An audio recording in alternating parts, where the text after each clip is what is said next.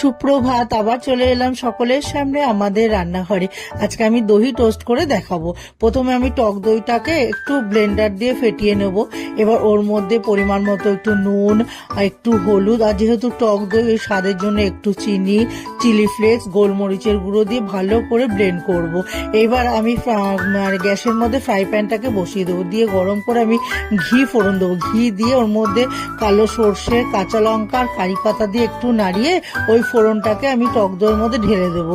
দিয়ে ওটাকে ভালো করে মিশিয়ে নেব, আর কিছু কুচনো ধনেপাতা আমি ওর মধ্যে দিয়ে দেবো।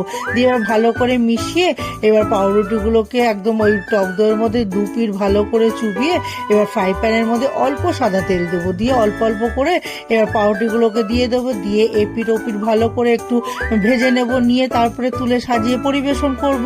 তাহলেই তৈরি হয়ে যাবে আমার দহি টোস্ট।